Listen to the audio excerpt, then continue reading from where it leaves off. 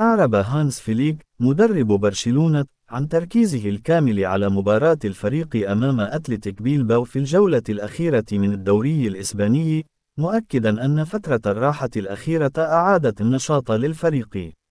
وقال في المؤتمر الصحفي: نحن مركزون للغاية، والحصص التدريبية سارت بشكل ممتاز بعد الاستراحة. وأشاد فليك بالشاب لامين يامال قائلا: أثق به ثقة تامة، وهو يعشق اللعب لبرشلونة. علامة اقتباس مزدوجة نقطة. وعن المدافع رونالد أراوخو، أكد بقاءه سيبقى بنسبة 100%، وسيصبح أفضل بعد التحضير للموسم الجديد.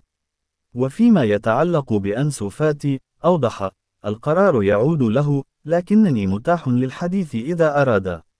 وعن تعزيز الفريق، كشف فليك عن تنسيقه مع ديكو مدير الكرة لتدعيم المراكز الأساسية، مشيرا إلى حاجة الخط الأمامي لخيارات إضافية.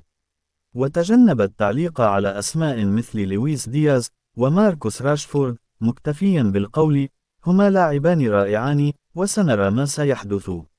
وأثنى فليك على أكاديمية لاماسيا، مؤكدا إشراك مواهبها في الموسم المقبل: لدينا مواهب هائلة، وسنمنحهم دقائق لعب.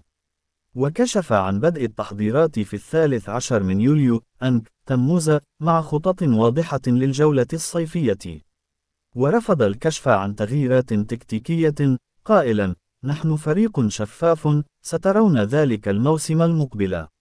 وعن تقييمه للموسم الحالي، منح فليك الفريق درجة بين 8 و10، معربا عن طموحه لتحسين الأداء في الموسم القادم رغم التحديات المتوقعة.